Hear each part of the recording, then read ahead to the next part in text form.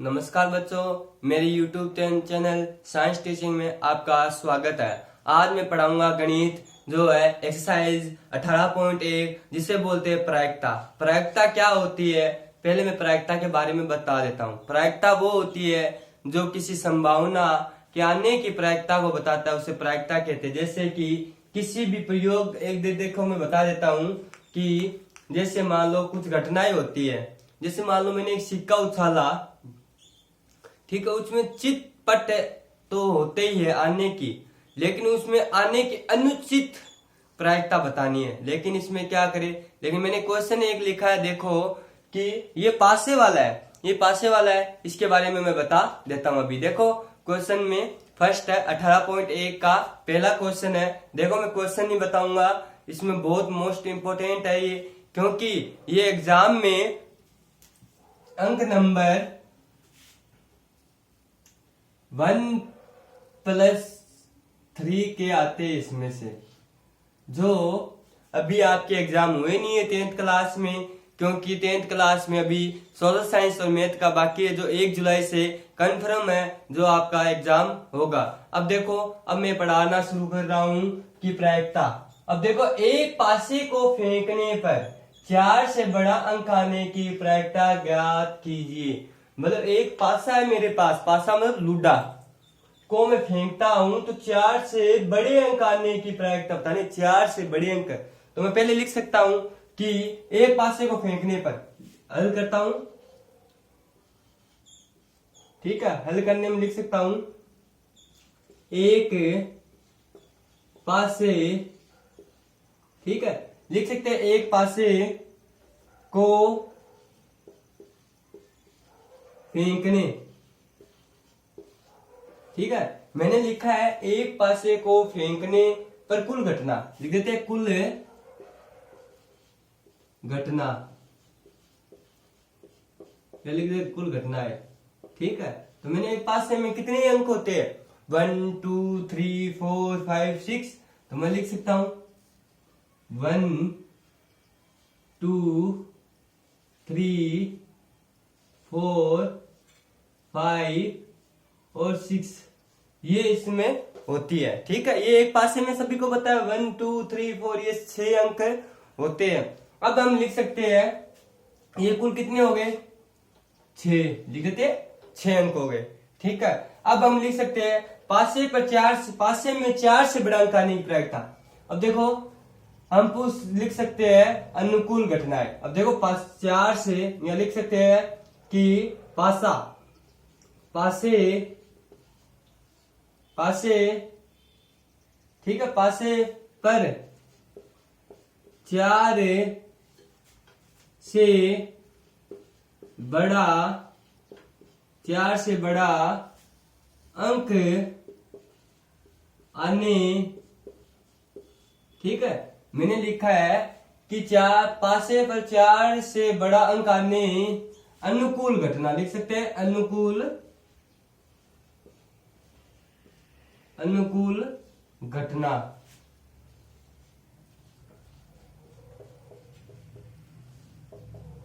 अब हमने मान लो 4 से बड़े अंक आने की प्रायिकता, तो 4 से बड़ा अंक कौन सा होता है, 5 6, तो लिख सकता हूं 5 और 6, ये है। अब ये कितने हो गए, टोटल 2 हो गए। अब हमने कर देते हैं इसका हल। तो एक पासे को, मान लो एक पासे पर 4 से बड़ा अंक आने की प्रायिकता है, कुछ घटना है तो अंक आने की। अब लिख देते हैं एक पासे में, अब मान लो एक पासे को फेंकने पर 4 से बड़ा अंक आने की। अब ये क्वेश्चन लिखते वापस से, एक पासे, ठीक है, एक पासे को फेंकने पर 4 से बड़ा अंक आने की प्रायिकता, ठीक है, आने की प्रायिकता, ये मैंने लिख दिया। अब इसका एक फॉर्मूला होता है, वो फॉर्मूला बता देता हूं। इस फॉर्मूले का क्या होता है, अनुकूल प्रायिकता अपॉन कुल घटनाएं। अनुकूल प्रायिकता या यहाँ लिख सकते हैं अनुकूल घटना या अपूर्ण कुल घटना।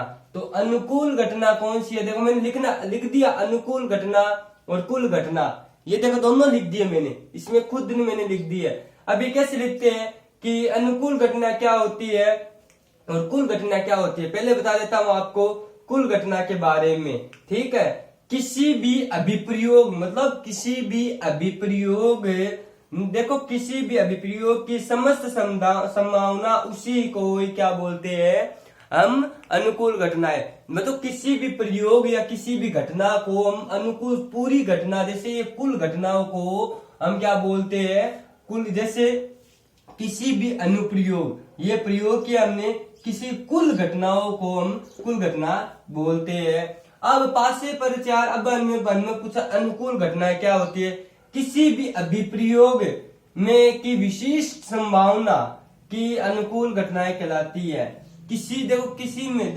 में विशिष्ट में ये विशिष्ट अलग है कि घटनाओं को हम क्या कहते हैं, ये प्रायिकता। अब मैं हल करता हूं इस क्वेश्चन को, देखो क्वेश्चन लिखता हूं, पहले लिख देता हूं कुल घटना या अनुकूल घटना, पहले लिख देता हूं अनुकूल, ये फॉर्मूला है अनुकूल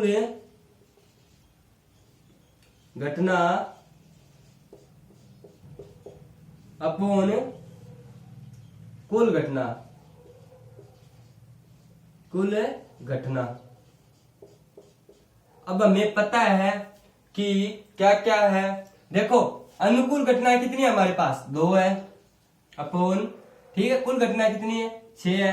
तो हम काटते हैं, डिवाइड से काटा है इसको, तो 1/3 आंसर आ जाएगा। ये आपका हुआ क्वेश्चन नंबर 1।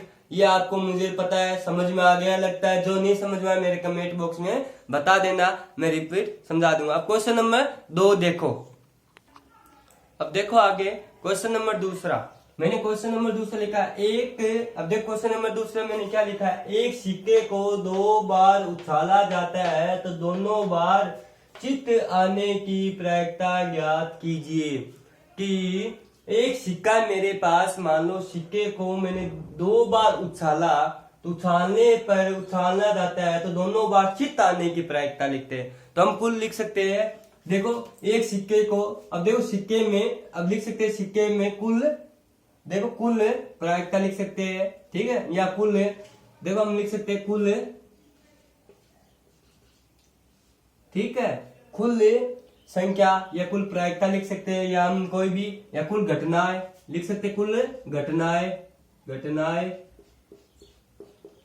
कुल घटनाएं कौन कौन सी होती है, हेड और टेल, चित्त, ठीक है, पट्टे।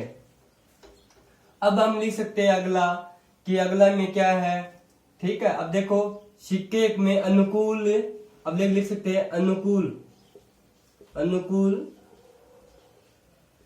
घटनाएं। अब अनुकूल घटनाएं क्या क्या है, अब देखो अनुकूल घटना है 1 और इसमें क्या है 2, ठीक है। अब हम एक सिक्के में चित्त आने की प्रायिकता, एक सिक्के में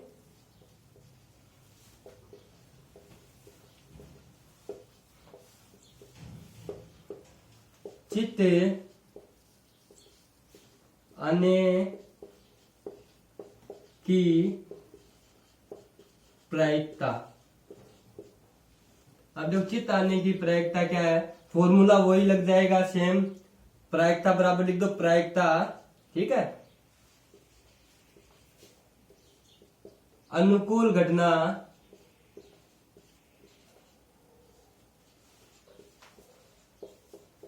और कुल घटना।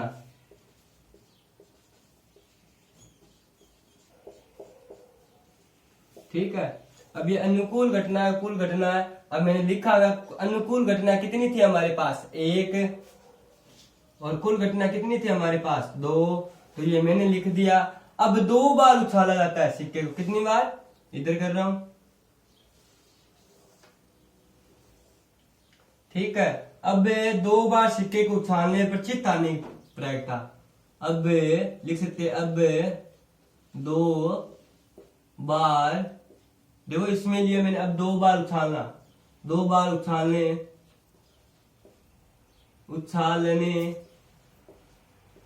पर चित्त आने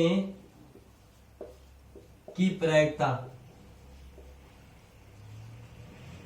ठीक है, प्रायिकता। ठीक है, अब देखो 1/2 बार में मल्टीप्लाई कर दो तो ये हमारे पास क्या आ गया। अब इसको मल्टीप्लाई करते हैं तो 1 को 1 से किया तो 1 आया, 2 को 2 से किया तो 4 आया। ये इसका हल है। ये हुआ क्वेश्चन नंबर 2। अब देखो क्वेश्चन नंबर 2 के बाद क्वेश्चन नंबर 3। अब देखो आगे क्वेश्चन नंबर 3 मैंने लिखा 1 से 17 तक की प्रायिकता संख्याओं में से एक संख्या का चयन किया जाता है तो प्रायिकता ज्ञात कीजिए कि वह एक अभाज्य संख्या है। अब देखो इसमें हमें बताना है तो हम लिख सकते हैं, हल करते हैं वही सेम पहला क्वेश्चन किया वैसे होगा, कुछ नहीं अंतर, केवल क्वेश्चन चेंज हुआ है। 1 से 17 तक की प्राकृतिक संख्या, देखो 1 से 17 तक की प्राकृतिक संख्या लिख दिया, संख्या। ठीक है, संख्या कुल घटना लिख सकते हैं, कुल घटना। कुल घटना कितनी है? 17। ठीक है, अब मैंने लिख दिया कुल घटना तो अब 1 से 17 लिख सकते हैं, 1 से 17 तक की अनुकूल घटना। ठीक है, अब अनुकूल घटनाएं कौन सी है? हम लिख सकते हैं कि अनुकूल घटनाएं या लिख सकते हैं अभाज्य, या लिख सकते हैं 1 से 17 तक की अभाज्य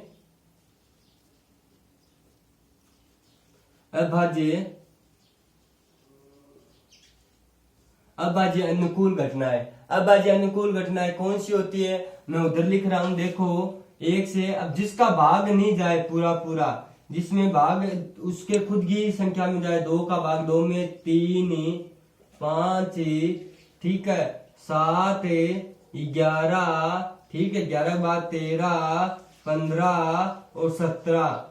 अब ये कुल कितनी अनुकूल घटनाएं हो गई? 7। ठीक है, अब ये कितने हो गए अनुकूल घटनाएं? अब अनुकूल ही घटनाएं, अब देखो 2, 3, 5, 7, 11, ठीक है, 11 के बाद 13 और ये अनुकूल घटनाएं हो गई। ठीक है, ये कितनी घटना हो गई? 7। अब अभाज्य संख्या होने के बाद हम क्या करते हैं? अभाज्य संख्या होने की प्रायिकता अब लिख देते हैं, अभाज्य संख्या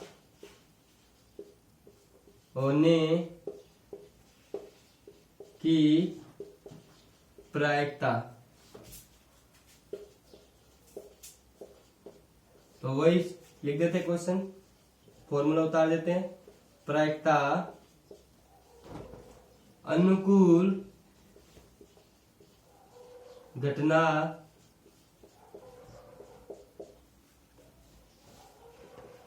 ठीक है, अनुकूल घटनाएं और कुल घटनाएं। तो अनुकूल घटना कितनी थी हमारे पास? अब देखो अनुकूल घटना व कुल घटना में लिखनी है तो अनुकूल घटना कितनी थी हमारे पास? 7 और कुल घटना कितनी थी? 17। तो इसका हुआ उत्तर। ये हो गया क्वेश्चन नंबर 3। अब क्वेश्चन नंबर 4 देखो। अब देखो क्वेश्चन नंबर 4। क्वेश्चन नंबर 4 को दिया, एक सिक्के के लगातार 3 उछालों में एकांतरचित्त या पट आने की प्रायिकता ज्ञात कीजिए। ठीक है, क्या ज्ञात करनी है? प्रायिकता ज्ञात करनी है हमें। अब देखो प्रायिकता ज्ञात करते हैं हम। क्वेश्चन नंबर 4 को हल लिख देते हैं। अब लिख सकते हैं, एक सिक्के में लगातार 3 उछालों में एकांतरचित्त या पट आने की प्रायिकता ज्ञात कीजिए। कुल या हम लिख सकते हैं इसमें कि एक सिक्के को 3 बार उछाला जाता है। मान लो एक सिक्के को 3 बार उछालने पर, 3 बार उछालने, ठीक है, उछालने पर 3 बार उछालने पर। अब 3 बार उछालने पर लिख सकते हैं पहला हेड, ठीक है, हेड और हेड, ठीक है, हेड और टेल, ठीक है, और हेड टेल। अब देखो मैंने 3 बार उछाला है सिक्के को, या हम लिख सकते हैं टेल हेड, ठीक है। अब मैं 3 बार उछाल रहा हूं सिक्के को। अब देखो 3 बार उछाल रहा हूं टेल हेड, ठीक है। अब कर रहा हूं मैं हेड टेल, और इसमें टेल हेड और, ठीक है। अब आगे देखो टेल हेड, और अगला है टेल। ये देखो हमने सिक्के को उछाला। देखो पहला सिक्का मैंने उछाल दिया, 3 बार हेड आ गया, फिर मैंने उछाला हेड टेल, ठीक है। अब हेड टेल हेड और टेल, ये हमारे पास कुल संभावना है। अब इस संभावना को कुल संभावना लिख सकते हैं हम, या कुल घटनाएं, लिख दो कुल घटना, या नहीं यहां से अलग लिख दो, यहां अच्छा लगेगा। कुल घटनाएं, कुल ठीक, कुल घटनाएं। अब कुल घटनाएं कितनी है? 8 है। ये देखो 1 2 3 4 5 6 7 8 आ गई। अब ये कुल घटनाएं हमारे पास कितनी आ गई? 8। एकांतर में पट आने की, अब देखो लिखा एकांतर में पट आने की, या लिख सकते हैं एकांतर में पट या चित्त या पट आने की, लिख सकते हैं हम। ये क्वेश्चन देखो,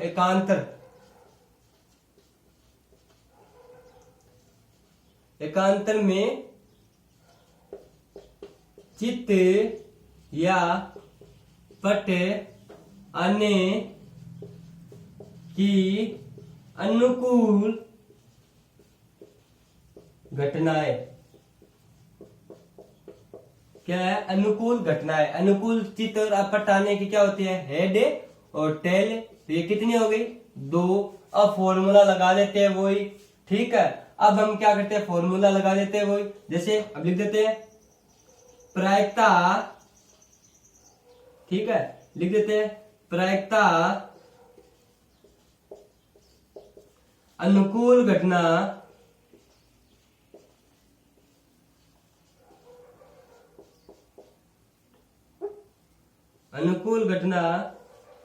और कुल घटनाएं,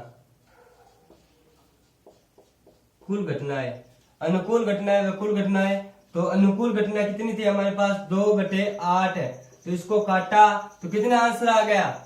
1/4। कितना आ गया? 1/4। ये हुआ आपका क्वेश्चन नंबर 3। अब देखो क्वेश्चन नंबर 4। अब क्वेश्चन नंबर 4 कंप्लीट हो गया। अब क्वेश्चन नंबर देखो 5।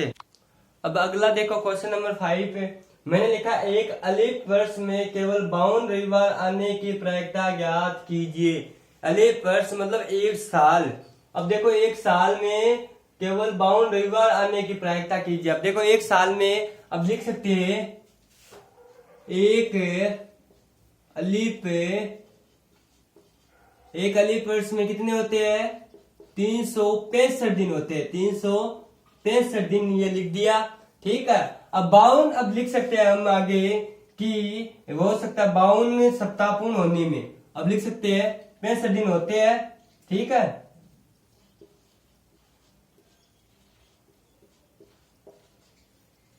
होते हैं, अब लिख सकते हैं 52, ठीक है, 52 सप्ताह पूर्ण होने में,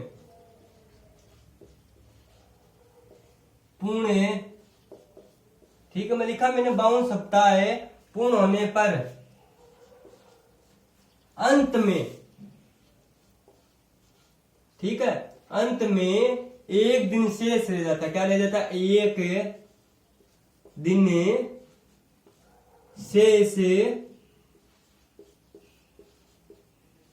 कुल ठीक है, शेष ये लिख सकते हैं शेष, ठीक है, शेष बचता है, शेष बचता है, ये मैंने इतना लिख दिया है। अब आगे इसको हल करेंगे, तो हल करने के लिए एक दिन, अब लिख सकते हैं एक दिन शेष, ठीक है, एक दिन शेष होने की कुल प्रायिकता, एक दिन शेष होने की कुल प्रायिकता। अब देखो कुल प्रायिकता कौन कौन से लिख देते हैं, देखो से वारों के नाम लिख दो, रवि, रविवार, सोमवार, मंगलवार, बुधवार,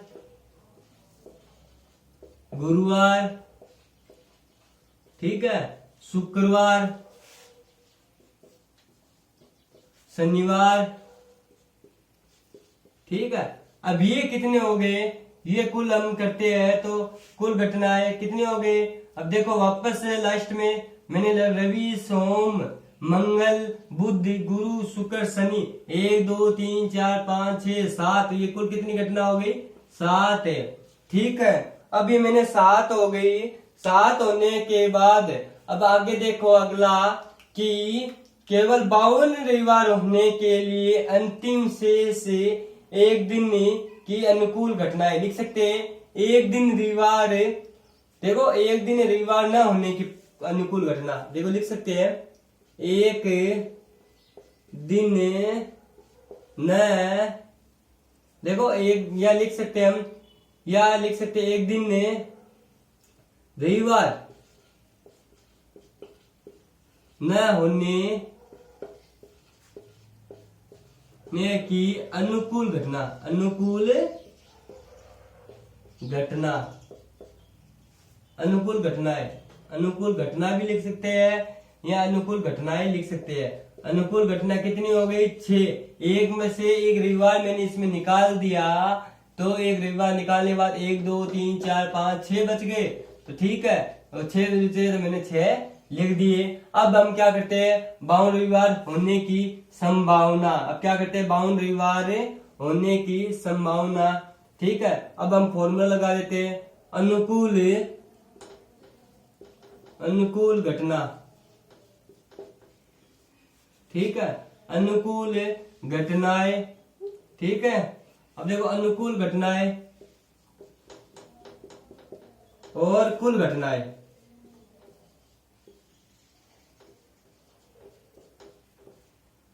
अब हमारे पास अनुकूल घटनाएं कितनी है, 6 है, और कुल घटनाएं 7 है, तो ये इसके उत्तर हो जाता है। ये हुआ आपका क्वेश्चन कंप्लीट। और मेरे YouTube चैनल साइंस टीचिंग को सब्सक्राइब, बेल आइकन को प्रेस कर देना प्लीज, जो मेरे न्यू वीडियो आपको मिल सके। और मैं अब रोजाना आपको गणित पढ़ाऊंगा, जो क्योंकि एग्जाम आने वाले आपके 10th क्लास में जो 1 जुलाई से होने वाले हैं, जो आपको पर्सनली पढ़नी है वो मुझे बता देना, आगे आपको पूर्ण अगले वीडियो में पूर्ण करवा दूंगा आपको प्रायिकता। बाय बच्चों।